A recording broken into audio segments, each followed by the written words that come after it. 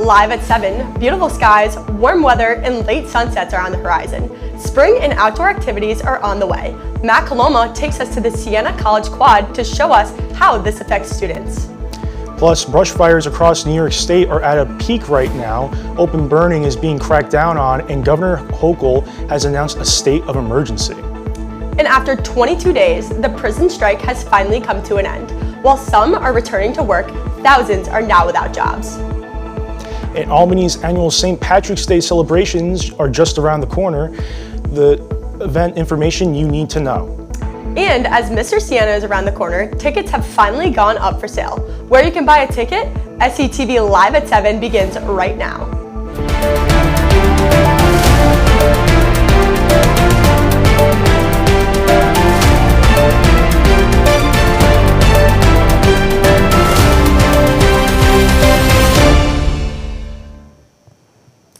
Good evening and thanks for joining us. I'm Mackenzie Swinson. And I'm Matthew DeVincentis. A state of emergency has been issued by Governor Kathy Hochul till March 21st. Brush fires have taken over portions of Long Island, New York City, and the Hudson Valley region.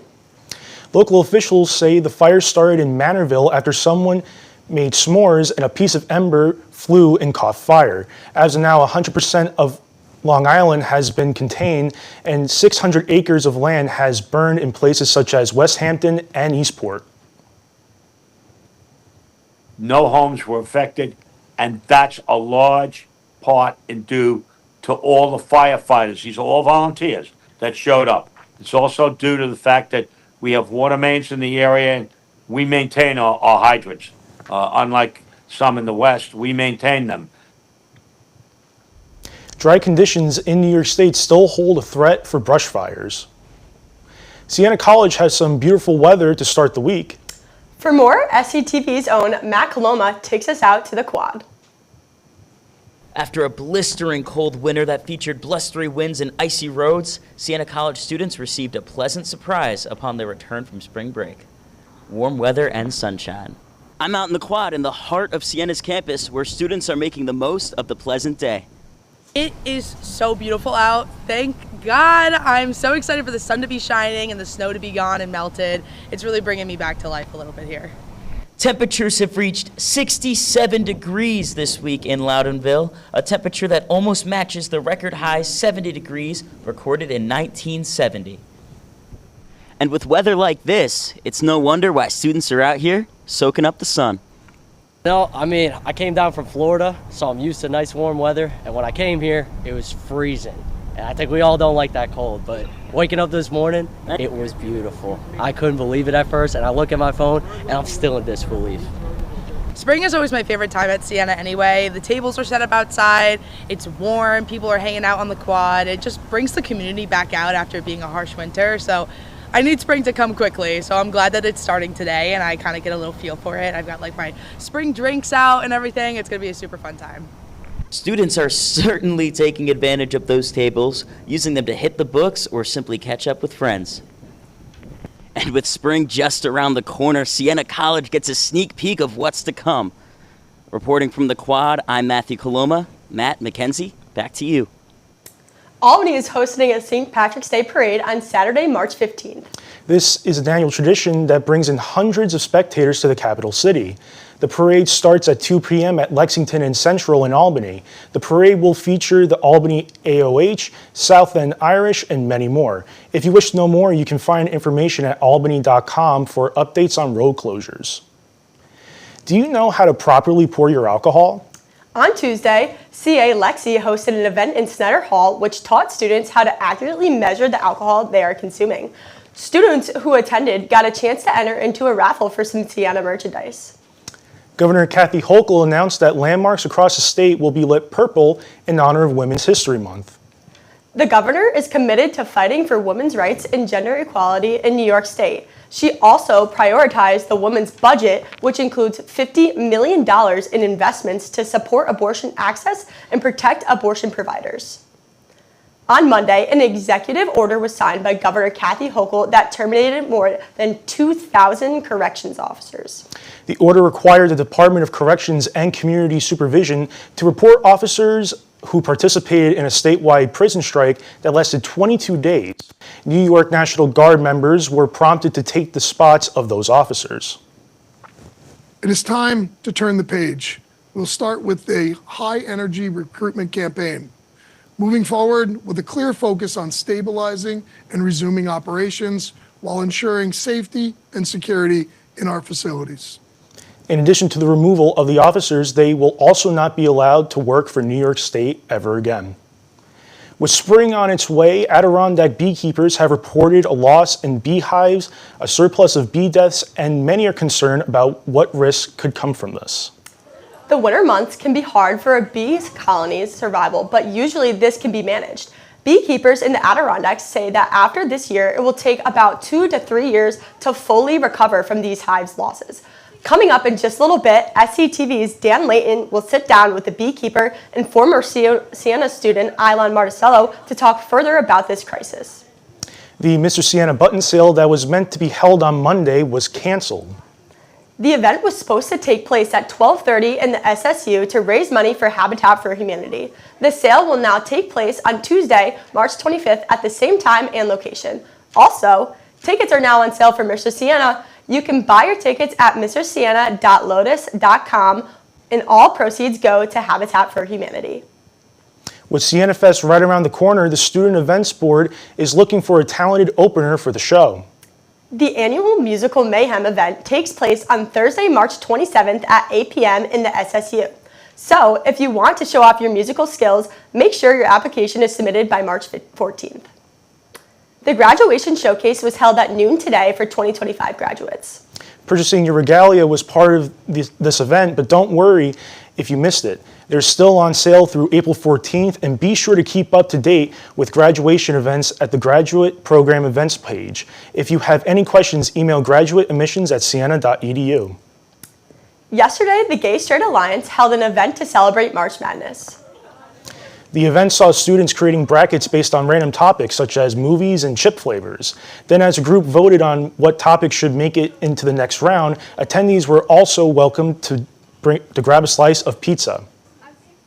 I think what's special about it is there's no other community or space where queer people are so openly welcomed, and so I feel like just this tight-knit group is very comforting to have, and it's just like a reliable space for everybody to feel their safest. GSA holds events like this every Tuesday and welcomes everyone to attend. Last night, a study abroad meeting was held in Ryan Hall. If you missed it, don't worry. There's still time for you to learn about the study abroad process at Siena. Another meeting will be held in the Padua Hall Lounge tonight at 8. Beta Alpha Psi held a book drive yesterday in the SSU. The drive helped to collect children's books for children and families in Albany. If you would like to donate a book, a box will be placed outside Siena Hall 431 till Friday.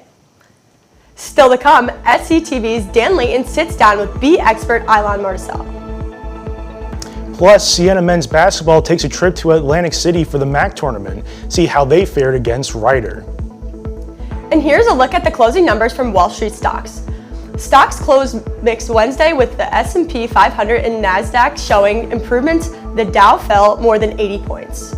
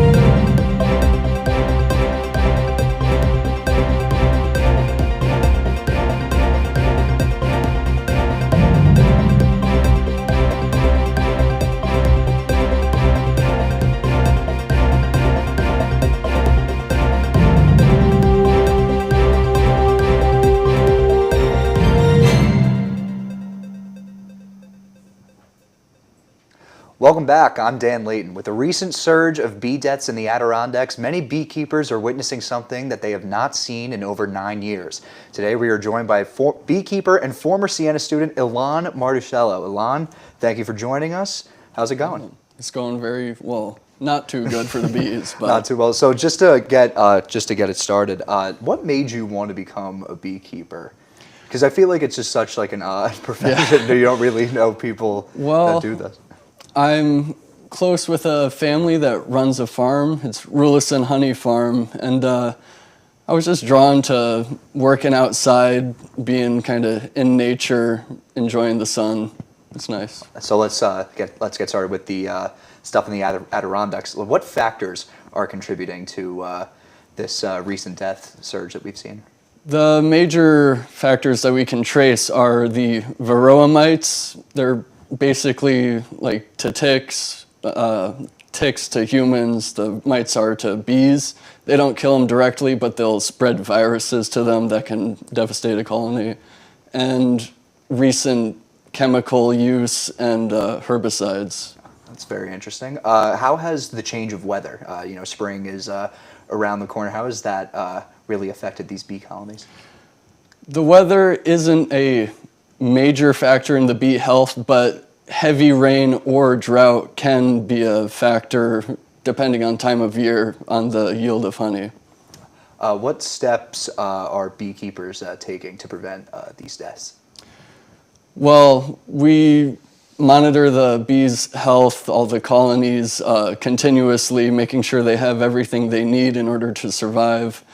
And entomology labs across the country right now are looking into this recent mass die-off. We send in bee samples and comb from the hive to check for malnutrition and chemical residues. That's very interesting. What other types of, like you mentioned, like what they need to survive, like what exactly do they need to survive? We use special treatments for the mites. We basically use a light pesticide on the bees that will kill the mites, but not the bee itself. So how has this decline in the bee population really affected the local agriculture? It could end up being a fairly large impact. Bees are, of course, a massive pollinator, and with less bees, there's less pollination and less quantity and quality of crop production. So what can the community members do, either here at Siena or here in the capital region, to really stop this death surge of the bees? Well, the biggest thing people can do is support your local beekeepers. That's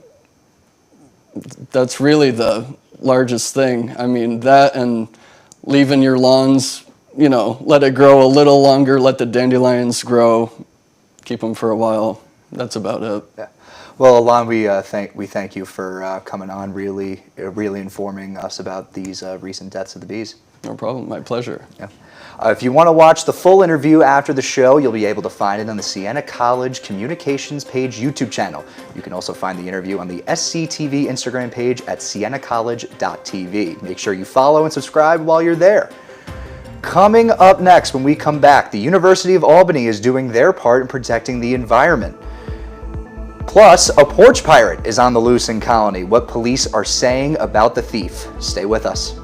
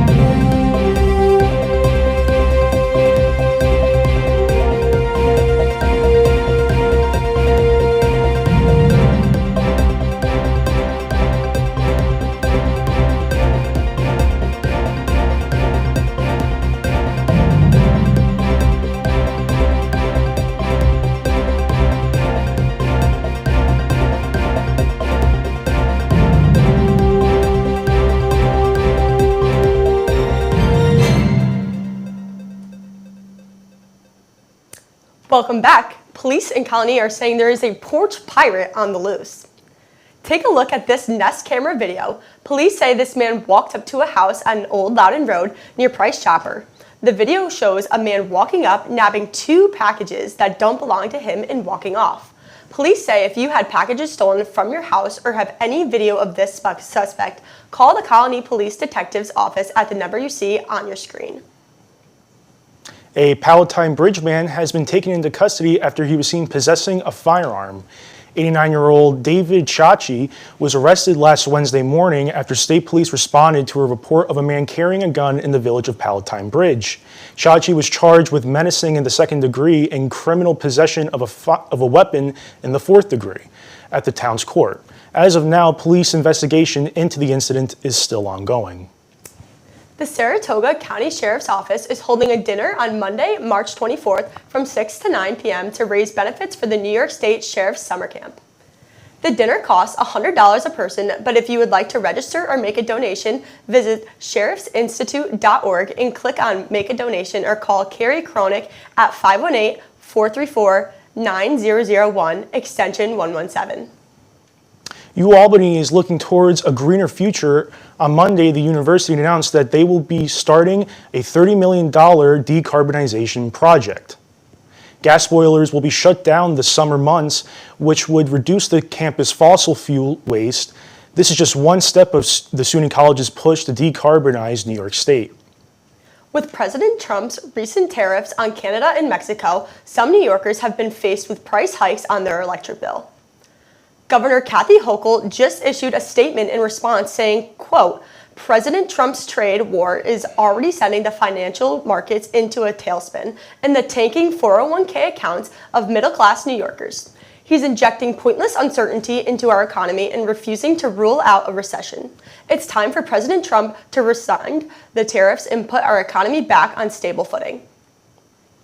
Still to come, Siena Sports on SCTV, Colby LeBlanc and Shannon Thomas take us to the Dog Pound. Coming up in sports, Siena men's basketball loses a heartbreaker in the MAC tournament. Plus, the latest on NFL free agency. The moves the Jets and Bills have made so far is coming up next.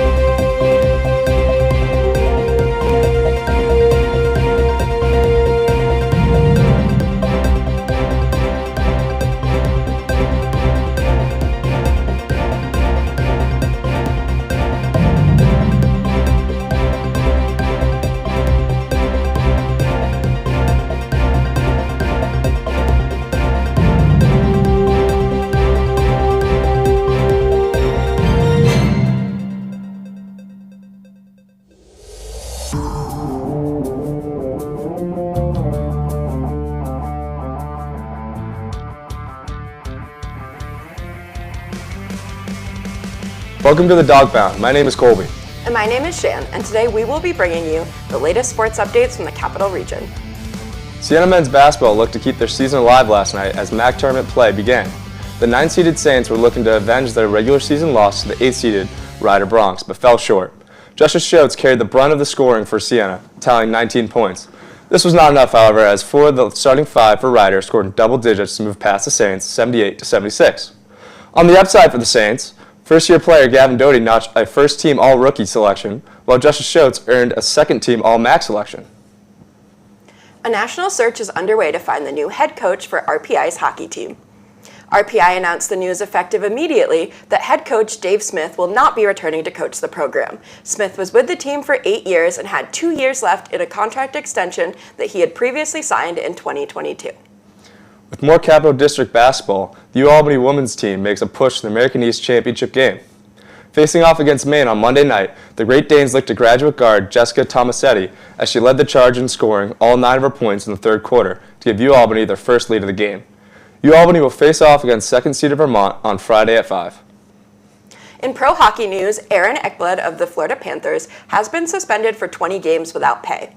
Due to a violation of the Performance Enhancing Substances Act, Ekblad will not be able to return until the third game in the first round of the Eastern Conference, stating, "Ultimately, I made a mistake by taking something to help me recover from recent injuries without first checking with proper medical and team personnel."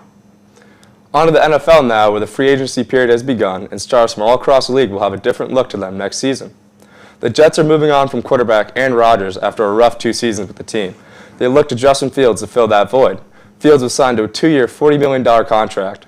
Looking to the north as the Bills re-signed reigning MVP quarterback Josh Allen to a new 6-year, $250 million guaranteed deal, which is the largest guaranteed deal in NFL history. The New York Special Olympics has received a $350,000 donation from the Golisano Foundation to continue its unified sports programs, making it so that athletes in the program can continue to pursue sports post-graduation. The president of the Special Olympics New York wants unified athletes to know that they now have a home with us for life. That'll do it for sports. I'm Shan Thomas. And I'm Colby LeBlanc. Kenzie, Matt, back to you. Still to come, a doll rescue in Boston. We'll take you to the heroic scene that made a young girl's day. And we take a look up at the upcoming lunar eclipse and where will we be visible. Stay with us.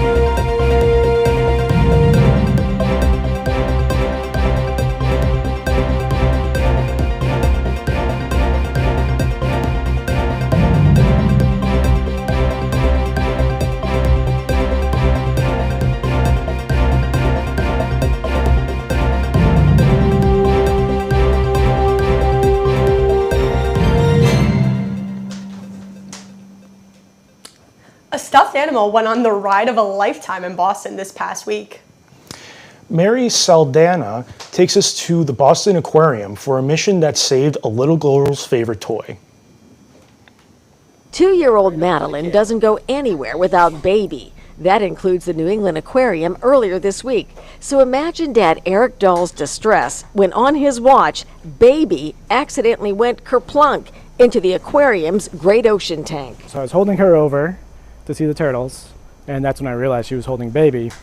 And so I went to go grab Baby, and she dropped her. My heart just stopped, and there were maybe like 70 people up there, and there was like a collective The turtles, Myrtle and Carolina, were smart enough to realize that Baby wasn't actually food, but she did wind up taking an unplanned ride. And that's when family pandemonium broke out. Once the kids realized what had happened, they were inconsolable.